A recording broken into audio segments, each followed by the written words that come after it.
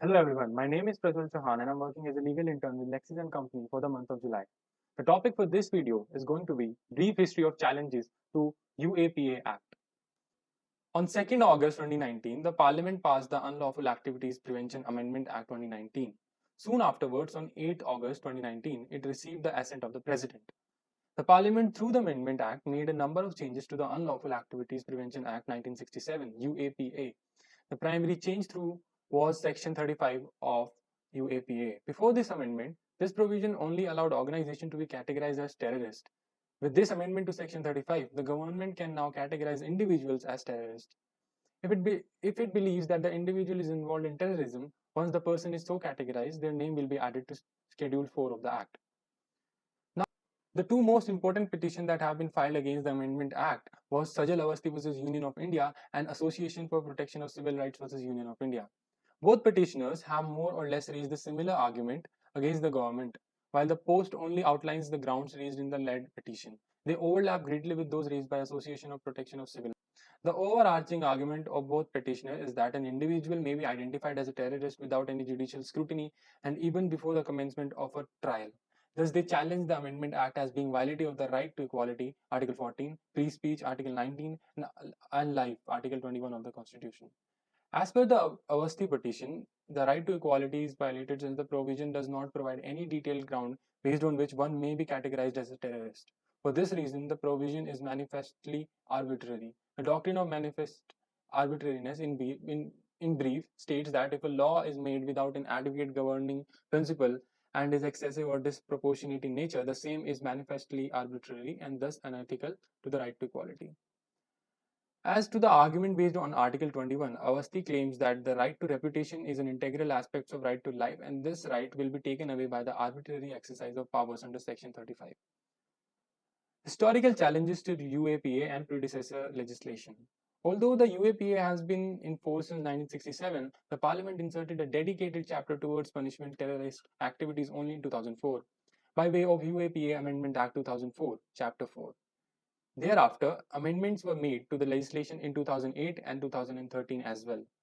Prior to this redesigning of UAPA, terrorist activities were primarily dealt with under the new repealed Terrorist and Disruptive Activities Prevention Act 1987, which is TADA, and Prevention of Terrorism Act 2002, which is POTA. Over the years, a number of challenges have been made to the constitutional validity of both TADA and POTA.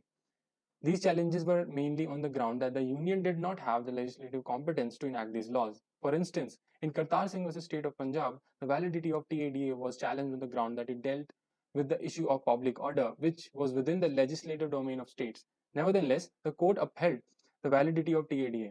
The court held that public order covered issue the lesser gravity and more serious threat covered in TADA fell within the Union's domain related to national defense.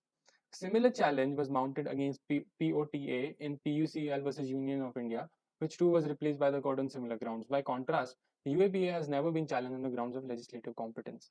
Nevertheless, the court has scrutinized specific provisions of the above legislation on various occasions. For instance, the court in Shri Indra Das versus State of Assam read down Section 10 of UAPA and Section 3.5 Clause 5 of TADA, both of which made mere membership of a banned organization criminal. The court held that a literal interpretation of these provisions would make them violative of Article 19 and 21 of the Constitution. This was in line with the previous decision in Arup Bhuyan's case, where the court held that mere membership of a banned organization will not make a person a criminal unless he resorts to violence or incites people to violence or create public disorder by violence or incitement to violence. Now let's take a look at some recent cases related to UAPA. The application of UAPA was tested before the court in the case involving the arrest of certain activists in relating to the Bhima Koregaon violence. In this case, on August 28, 2018, the Maharashtra police has carried out raids across different parts of India, resulting in the arrest of 5 activists: Varavara Rao, Sudha Bharadwaj, Gautam Navlakha, Varen Gonzalez, and Arun Ferrara. The police alleged that the activities were responsible for Elgar Parishad in January 2018, which allegedly had triggered the Bhima Koregaon violence. On August 30, 5 eminent citizens submitted a joint petition to the Supreme Court challenging the arbitrary arrest of activists. The petitioner contended that the police had violated the activists' right to equality before the law, freedom of expression, and personal liberty. They argued that the arrests were arbitrarily made to curb dissent. They emphasized that the activist had been booked under UAPA. Further, they claimed that the Maharashtra police had made serious procedural lapses during the raids. In light of this, they sought the formation of a special investigation team (SIT) to conduct an independent investigation. Looking forward, the present challenge against the 2019 Amendment Act is only in its preliminary stage. Nevertheless, given the nature of the challenge and past criticisms of the legislation as draconian, the matter is set to provide a good testing ground for the extent of government's discretion in anti-terror legislations. Thanks a lot for listening patiently. Please like, share, and subscribe to this channel.